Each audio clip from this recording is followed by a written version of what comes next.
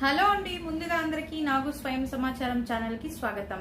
ఈ రోజు మన మనీ మోటివేషన్ విషయంలో నారీమణులకి ఎస్పెషల్లీ ఇంట్లో ఆడవాళ్ళకి కొన్ని ఈ నియమాలు అయితే పాటించినట్టయితే గనక లక్ష్మీదేవి మీ వెంటే ఉంటుందండి. అది ఏంటంటే ఈ విషయాల్ని మీరు మాట్లాడనే కూడదు. ఏంటి అంటే ఇంట్లో రేషన్ అయిపోయినప్పుడు కూడా ఏదో ఒక వస్తువు పప్పు దినుసులు అయిపోయినప్పుడు అవి అయిపోయినాయి అని చెప్పకూడదు. ఖాళీ ఖాళీ అని చెప్పకూడదు. ఖాళీ ఖాళీ అని చెప్తే ఖాళీనే అవుతుంది.